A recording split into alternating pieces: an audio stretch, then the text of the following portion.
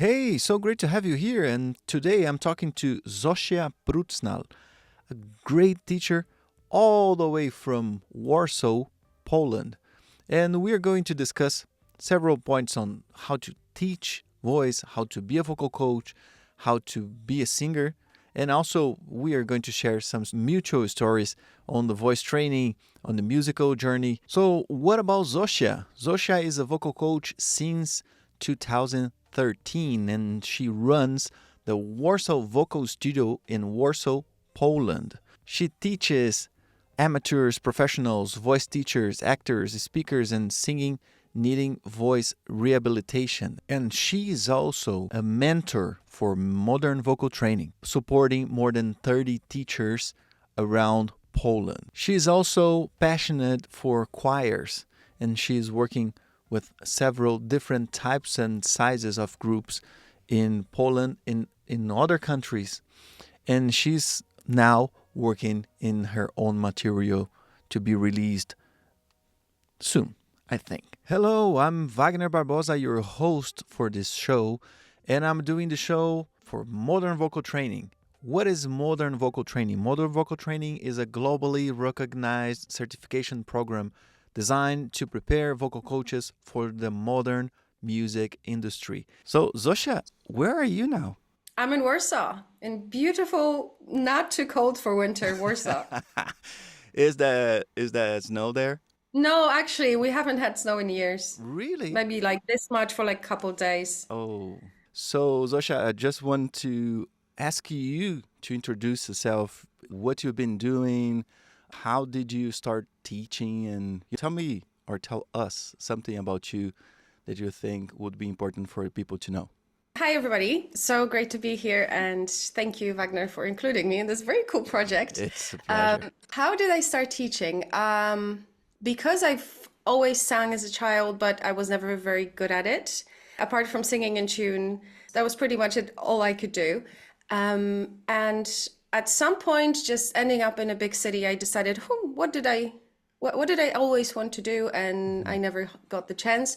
Oh, how about singing lessons? And I so happened to end up in Rachel's classroom. So that kind of just happened after that. I just fell in love with the whole science of teaching and the whole human connection Mhm. part of it. I think more first the human connection part of it and Mhm. trying to pick apart, okay, how can I make you a great singer but not freak you out in the process, which is what Rachel did for me. And yeah, I think it just kind of happened that by my own journey and figuring out the stuff that I needed to work on, and it was partly the technical stuff, but also understanding that it really takes a good person to Mhm. see the potential in your voice, Mhm. because I was one of the people who heard, oh, you have a small voice, don't even attempt those songs, don't try to do this, oh, you'll never make it there, this will never happen for you.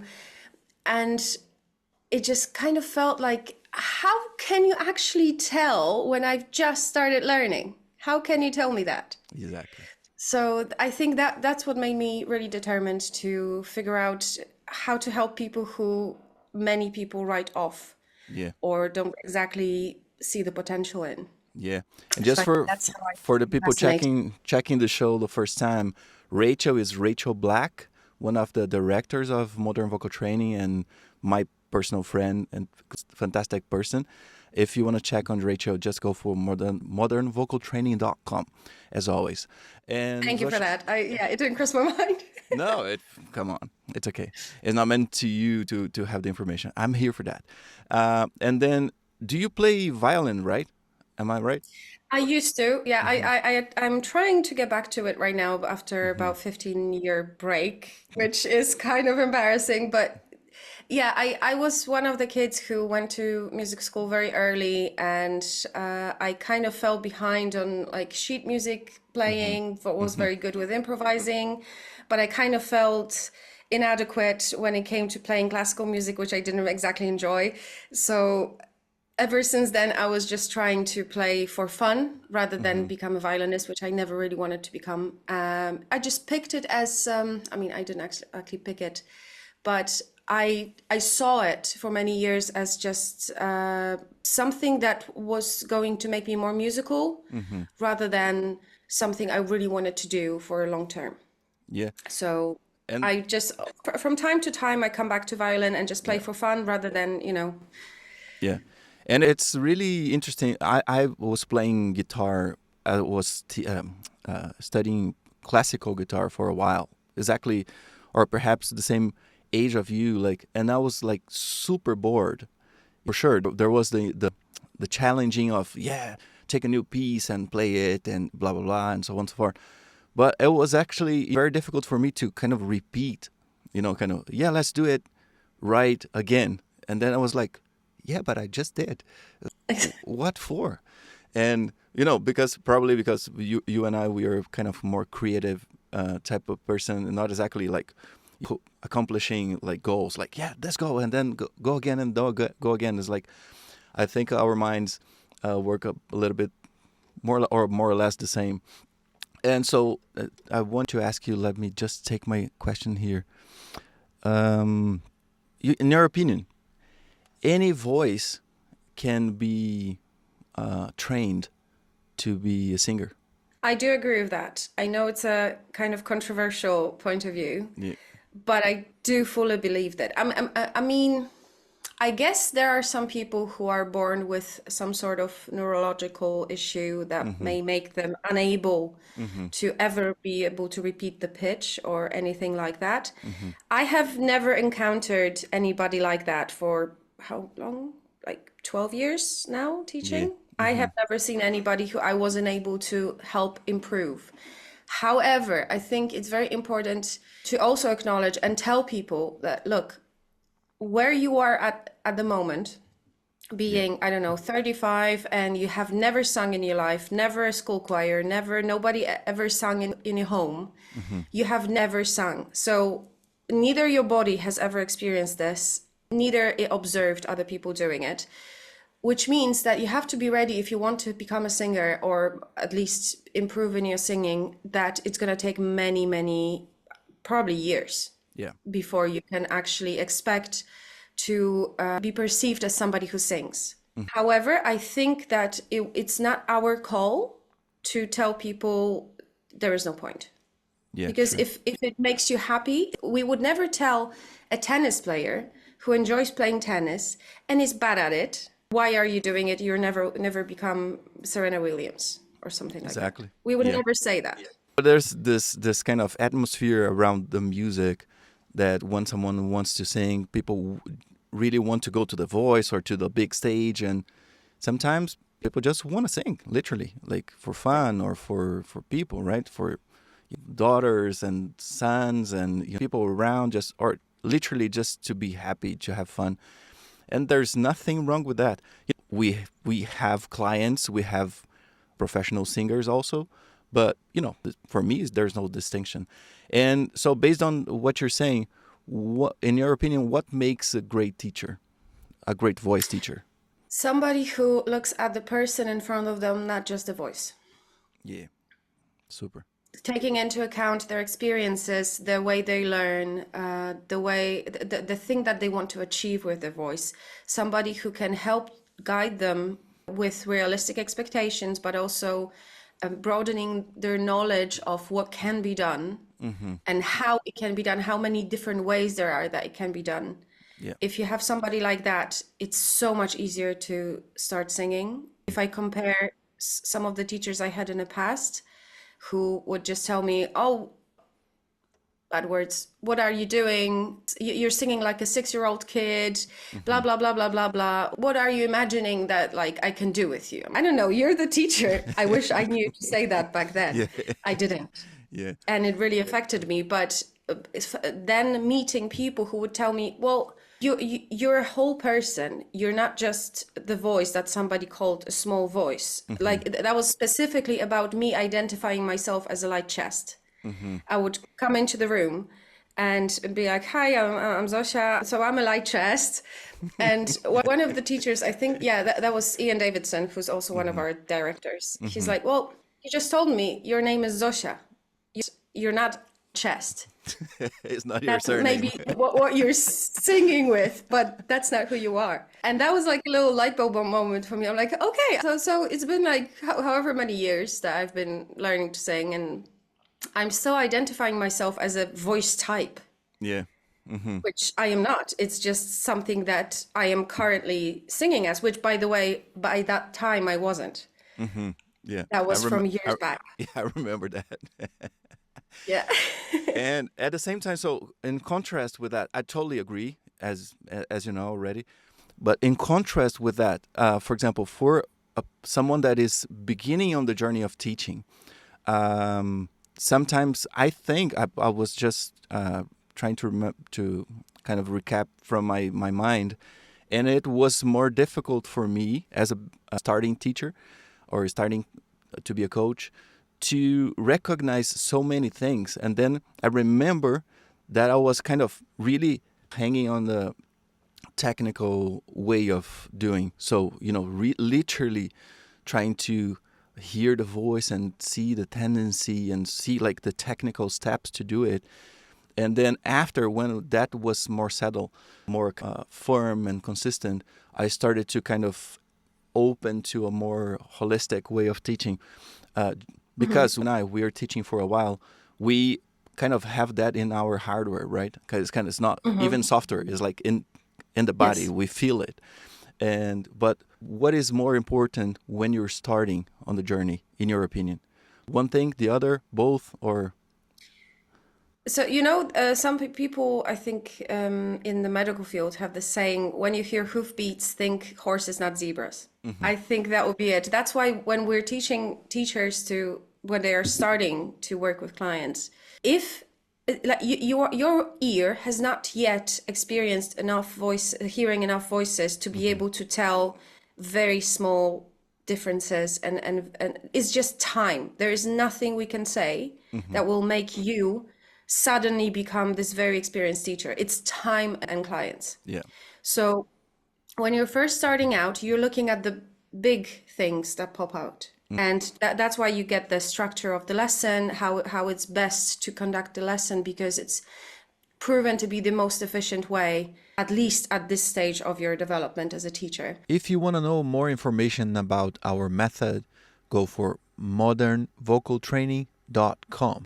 That's why we give you general voice tendencies, because these are the general boxes that we can help you organize your thoughts in. It's not putting voices into boxes, it's helping you organize your thoughts Yeah. when you're working with people. And then the more experienced you are, then it's just, I think, the pressure of having to hear everything. Like young teachers, when we were first starting out, when we were observing our teachers or our mentors, our other more experienced teachers, we get so overwhelmed.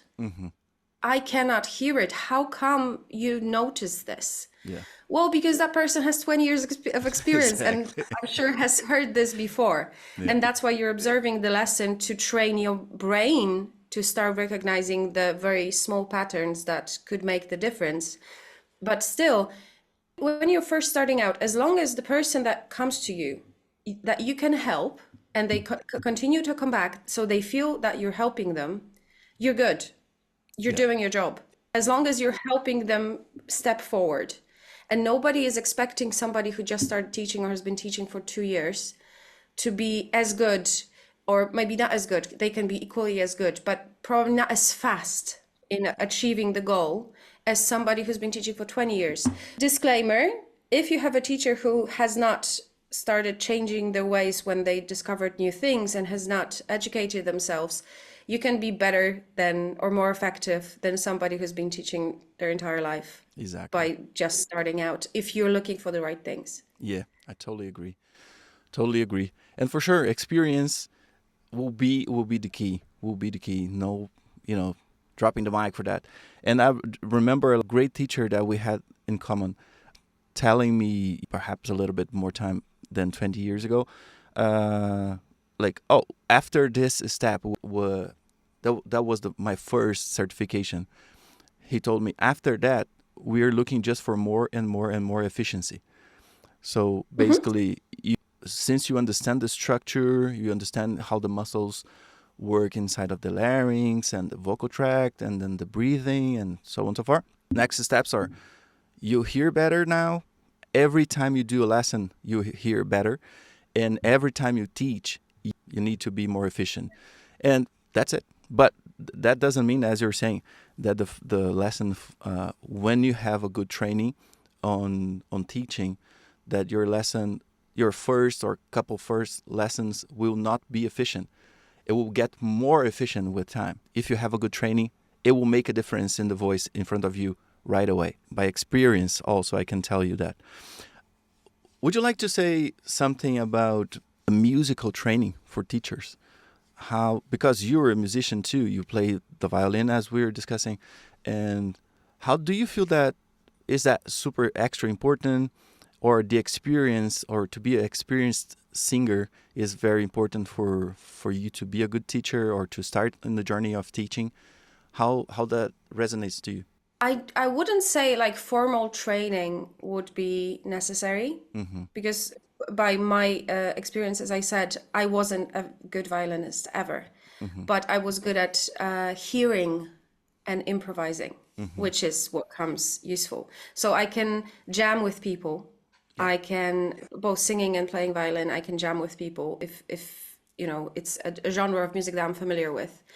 When I'm running choirs or teaching people how to harmonize, the experience of what could be considered in classical music as a downside, I wasn't very fluent in sight reading, but because of that, I went through my musical training mostly by ear, which is what allowed me to now teach people to harmonize by ear Yeah. or that kind of stuff. So I think it's more becoming musical rather than musically trained in a very specific area. If you can, fantastic, because that gives you the technical background. You can accompany clearly, you can, you know, explain things to people, you can teach ear training. That's also fantastic. But I think it's the ear that is more important than, I don't know, playing 5 different instruments Yes. or so, like putting the pressure on yourself that if you're not an all-around musician, experienced on different stages and playing different genres of music, that you cannot be a good teacher. Yeah. Yeah. Because it's more about understanding and hearing, for example, working with people who sing in a genre that you don't sing in. You can still, like, I can still work with people who are singing rock or, I don't know, Latin music or that kind of thing, even though I don't personally sing it myself. But if I'm working with these people, I'll be listening to that music. I'll be educating myself Exactly. to be able to help them.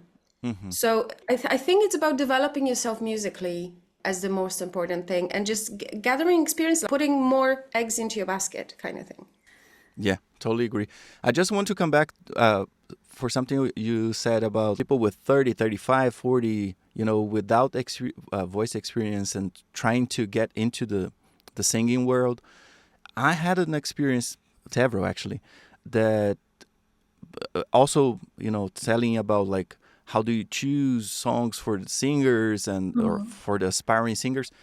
And as you're just saying also, I had like great experiences on people with 35, 40, 60 that was starting the journey. And since we started to understand the voice and choose the right repertoire to be sang with this right challenge, not too challenging, but with some challenge to keep the motivation, to keep the voice going. You know, I remember it because, you know, it came to my mind. A 60 years old lady told me, yeah, I went to the karaoke after 2 or 3 months of classes. People really noticed. People was like, what's going on? It's like, where's the magic? And then for sure, she was super happy, you know. But just like we were saying, my question is, this sense of, instead of judgment, over judgment, or super straight, hard judgment, the sense of being more generous. Cahal just was pointing out in the previous conversation that for him to be generous is one of the most important things for a teacher to be. What do you feel about that? I would agree totally. The most popular question that people ask when they learn I teach singing Mm-hmm. they would say, "Oh, you could never teach me. I'm too bad. You could never teach me." I'm like, well, I had people who, I think my oldest student was 68, and he was not a very experienced singer in the genre of just singing clean. He was doing all the growls and heavy metal and that kind of stuff, Mm-hmm. but he couldn't sing well with pitch. And he also had a quite heavy bass voice. So also listening to music was not as helpful as it would be if it was a similar voice to most men. Mm-hmm. So he came in to just, okay, look, I want to sing regular songs as well. That's what he said. So yeah, it took us about a year, but then he started singing clean in his concerts as well. Amazing. He just needed to experience like a different route for his brain, for his muscles. Yeah. And another one of my older students was, I think she was approaching her 50s, Mm-hmm. and she has never sung in her life anything. Like she could not hold one note in pitch. Yeah. And she said, look, I have my cute little nephew right now, and he's frowning when I sing. He's like, and I would like him to, I don't know how long it took us, but it wasn't like a decade. It was like, I don't know, 2 years maybe. Yeah. But she just needed to build new neural connections and experience different sensations in her body. Obviously, for some people, it will be easier. Mm-hmm. Also, I think what influences it is your mother tongue. How many languages do you speak? And also how expressive you are when you speak. Mm-hmm. So how many different acoustic sensations your body is used to. If somebody has very monotone speech and has never sung in their life and speaks like 1 or 2 languages only, and they're in the same family of languages with the same sounds, it's going to be very, very much more difficult for that person than for somebody who is a polyglot and is like very expressive when they sing, when they speak to me, right? That's going to be so much easier for that person, the second one. It's great. But yes, it's about accepting that there is no limits. You can have limits, as in, if you can walk, you can run, but you may not be a marathon runner. Yeah. But it will also depend on how fast you want to run the marathon and how long you spend training for it, because there are 100-year-old people who have not run until well in their 80s, and they're running marathons right now. Yeah. But it's like, it's not common. It takes work. And I think the generosity to me is acknowledging that everybody has their own path to achieving what they want to achieve. And you are not here to judge them and decide you will never be able to do it. You're here to tell them, look, in my opinion, it's going to take, how do you feel about that? Mm-hmm. Yeah, super. And in that same path, do you think anyone can be or can start the journey of being a voice coach or voice teacher?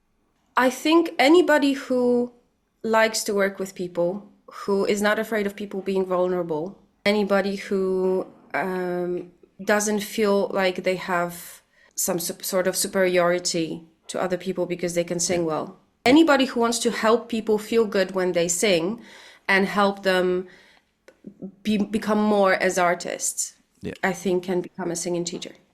That's great.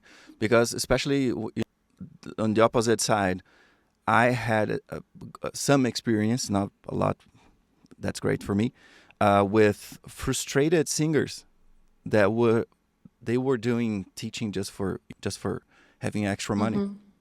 I'm not judging, but I know we have to pay the bills, and doing art is difficult from time to time. But I think we're a great community of people that we're basically not that. It's not like we're frustrated singers. Some are, no problem. But when the seats, when we're changing the chairs, when we become in this part of this side of the piano, we're trying to help people. Do you agree with that? Yeah. It's different. It's different than, I'm here, but I don't have my audience, so you're going to be my audience. I'm just playing, on top of you, trying to prove that I'm good. And this is so important for me as a vocal coach to remind myself, kind of, okay, I'm here for doing this. I'm here to help. I'm here to hear, to be generous, to try to help this person here, to go for a dream, for a sensation, for a moment, for something. It's great.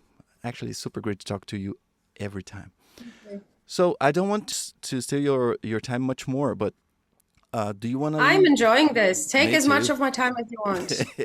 No, me too, me too. So would you say for someone looking for starting the journey as a teacher, what do you recommend? What do you want to share, or perhaps a crazy story that you have in mind, something that comes to your mind for us to close the conversation?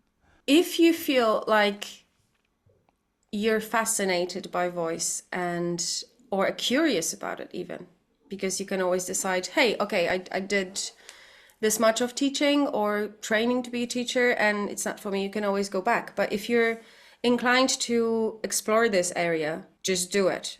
Yeah, Because you may discover that you enjoy working with people. You may discover that you don't exactly, but it's helping you as in your journey. yeah, It can help you understand what you can do with your own voice as much as it can help you understand how to work with other people.